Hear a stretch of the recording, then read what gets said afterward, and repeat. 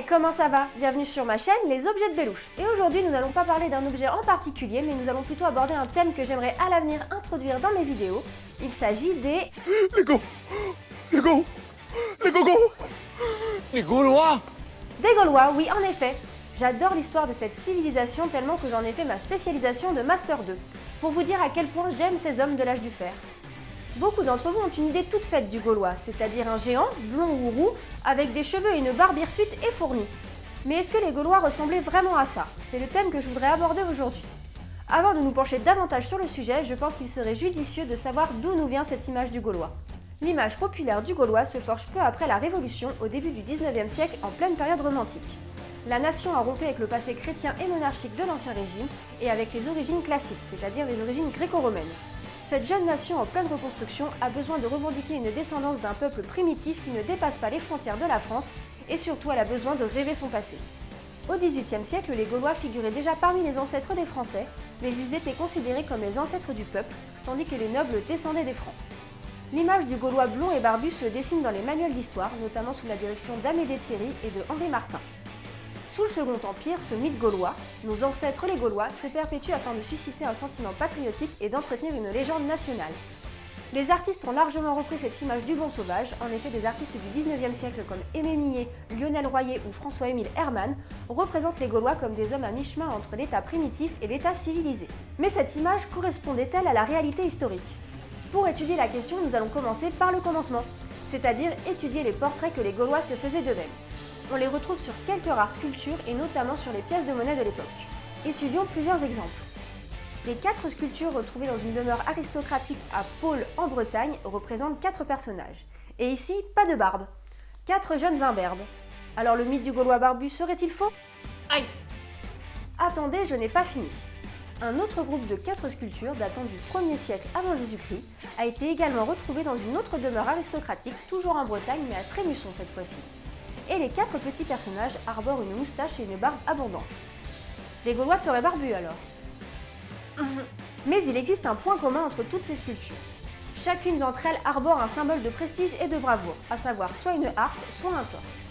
Il pourrait s'agir de la représentation d'une lignée d'ancêtres au sein d'un groupe familial, d'où leur présence dans un cadre domestique. Il pourrait également s'agir d'une représentation d'un héros mort, d'une divinité ou encore d'un vivant important.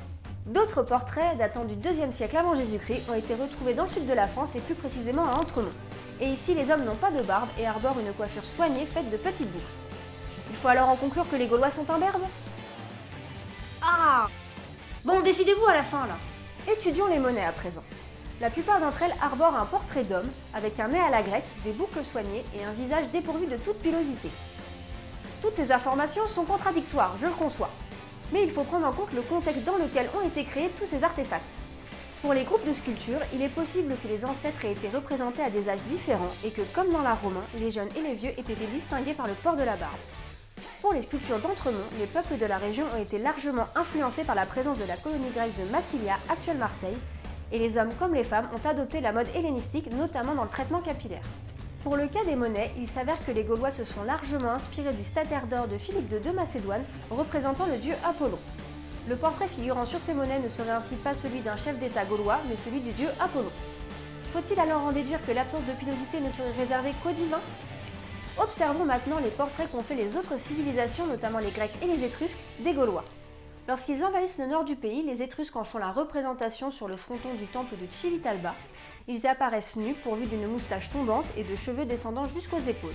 Le Gaulois mourant, notamment exposé au musée du Louvre, et provenant d'un monument érigé par Attal Ier à Pergame après sa victoire sur les Gaulois en 230 avant Jésus-Christ, représente un Gaulois nu, pourvu de boucles soigneuses mais fournies et d'une moustache drue.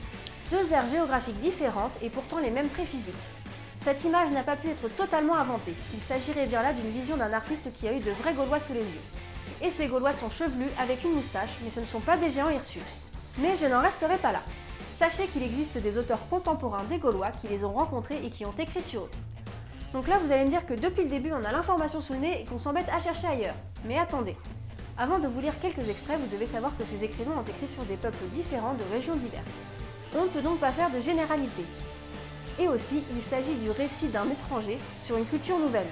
C'est donc un témoignage subjectif. Et enfin, l'image du Gaulois s'est forgée en comparaison à celle de la civilisation grecque et romaine, un exemple de modernité et de civilité. Poséidonios d'Apamée a écrit à propos des Gaulois qu'ils avaient des cheveux blonds qu'ils lessivaient à l'aide de lessive à l'eau de chaux. Ils donnaient à leurs cheveux une forme originale, ramenée vers l'arrière à la manière d'un satyre, en chignon ou en pointe épaisse. Leurs cheveux étaient aussi épais que la crinière d'un cheval.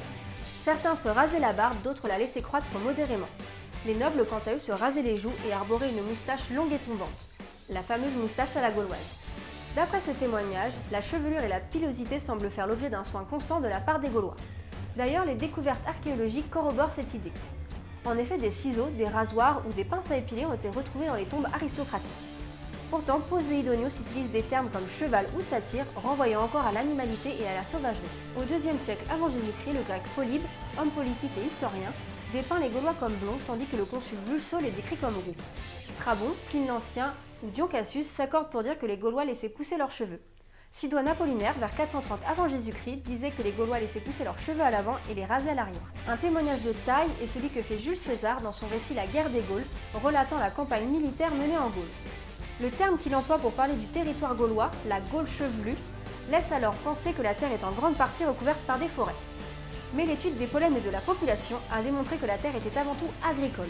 Le terme Gaule chevelue serait alors attribué aux habitudes capillaires des Gaulois. De plus, il raconte que les Gaulois bretons se rasaient entièrement le corps à l'exception de la tête et de la lèvre supérieure.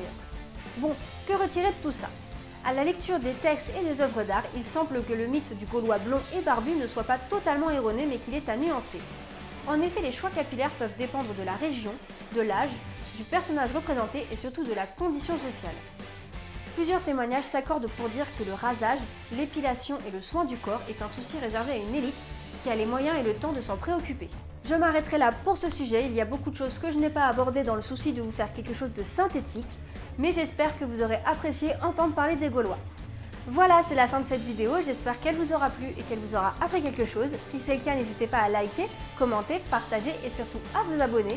Moi pendant ce temps-là, je vous dis au revoir et à la prochaine pour une autre vidéo. Ciao ciao! Ave César, respect, robustesse.